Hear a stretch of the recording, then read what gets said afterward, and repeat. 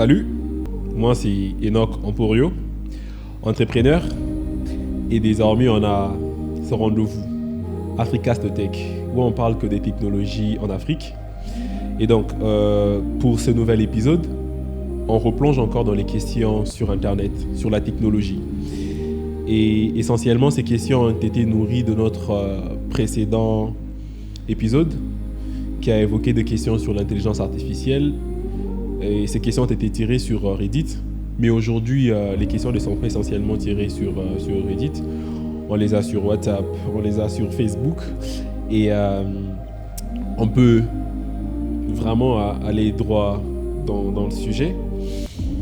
On va commencer par la première. Elle m'a été posée par une demoiselle.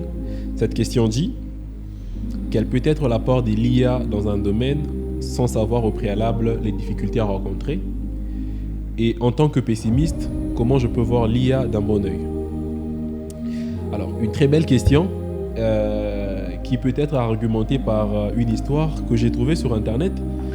Vraiment, c'est à prendre sous réserve, mais elle est vraiment intéressante à raconter pour justifier quelque chose. C'est que cette histoire, c'est autour de Sam Altman, le directeur général de OpenAI, à qui on a demandé quel était le business model de ChatGPT, donc de OpenAI, et le monsieur a dit qu'il ne savait pas, mais qu'il développe cet outil grâce à sa puissance. Elle lui dira, cette intelligence, elle lui dira quel sera le business model de son entreprise. Et donc, on peut comprendre que l'IA elle-même peut découvrir des difficultés et apporter des solutions. Et donc, d'entrée de jeu, même dans ton domaine, sans que tu saches quelles sont les difficultés que tu peux rencontrer, faire appel à l'IA peut d'ailleurs te révéler des difficultés, de problèmes que tu pouvais peut-être dénicher ou détecter après 2 jours ou 2 années. Mais alors, je sais que tu es pessimiste, que tu as du mal à voir l'IA d'un bon œil. Et je vais te faire un tout petit discours sur l'évolution de notre race. C'est qu'en tant qu'homme humain, on a toujours cherché à rendre notre environnement meilleur. On a toujours cherché à trouver des solutions à nos problèmes.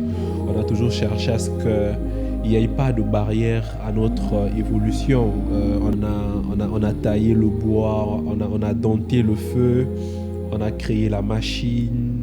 Ça montre vraiment notre désir, notre besoin en tant qu'homme d'évoluer, d'aller de l'avant, de rendre les choses encore bien plus faciles.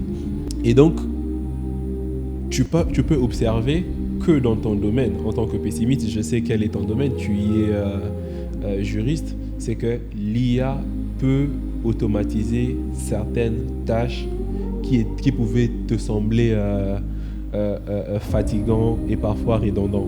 Il y a une question, elle s'adresse vraiment à ceux qui sont déjà dans le monde de la tech. Elle dit: les gens qui travaillent dans les secteurs de la technologie, que pensez-vous du fait que l'intelligence artificielle pourrait potentiellement vous faire perdre votre emploi? Quand j'ai lu cette question, j'ai pensé au community manager. J'en suis un.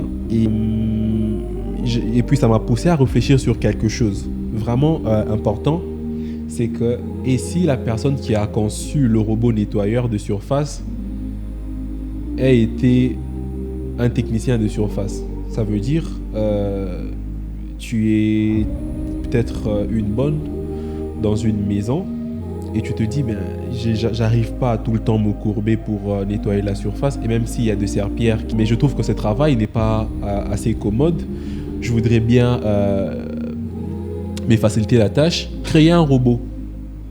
Je sais que le fait qu'on ait créé ce robot a encore supprimé de l'emploi. Je ne rigole pas du fait qu'on ait supprimé de l'emploi, mais ça me paraît un peu drôle, mon raisonnement.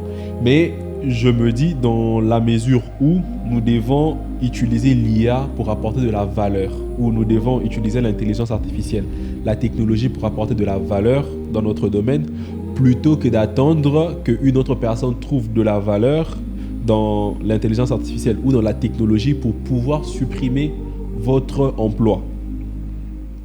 vous pensez que les médecins sont les intouchables de ces domaines. Mais l'intelligence artificielle, si de la façon dont elle avance, si elle arrive à opérer une personne, ça veut dire qu'on peut se passer des chirurgiens. Si l'intelligence artificielle peut faire une prescription médicale, une ordonnance, ça veut dire qu'on peut se passer de certains médecins généralistes. Et donc, alors, si par contre, les médecins se disent « Ah tiens, qu'il y a certaines tâches qui ne demandent pas que je puisse intervenir, je vais apporter de la valeur dans mon domaine en utilisant l'intelligence artificielle », eh bien voilà, ces emplois-là ne seront pas supprimés. Mais il est évident, ça c'est mon avis, que je ne vois pas ce métier tenir 10 ans. Mettez ça sur Internet. Nalobi.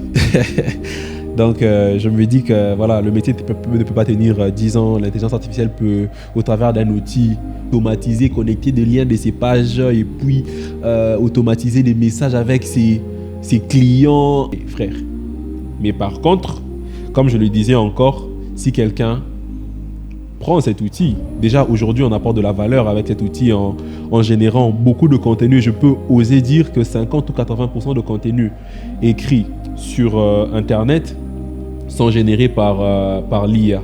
Il y a une question parce qu'on parle de community management, c'est la toute dernière.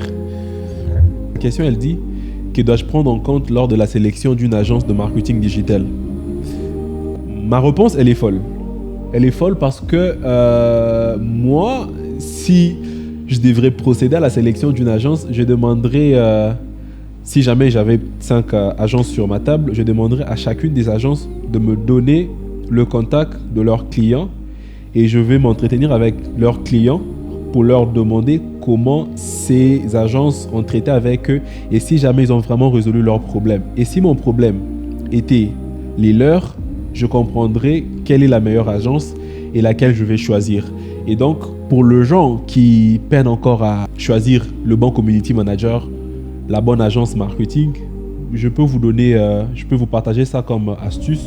Demandez-leur de vous donner des références et allez vraiment poser à ce genre de questions et comprendre quel était le problème, quel est le vôtre, est-ce que ça cadre et comment vous allez le résoudre. C'était donc Enoch Emporio dans Africast Tech. C'est un rendez-vous. On commence à prendre de l'habitude et on va continuer à se poser des questions, à nourrir nos débats, à nourrir nos discussions. Et donc, moi, je suis persuadé qu'on va créer une Tech Nation au travers de notre podcast. Merci et donc, ciao!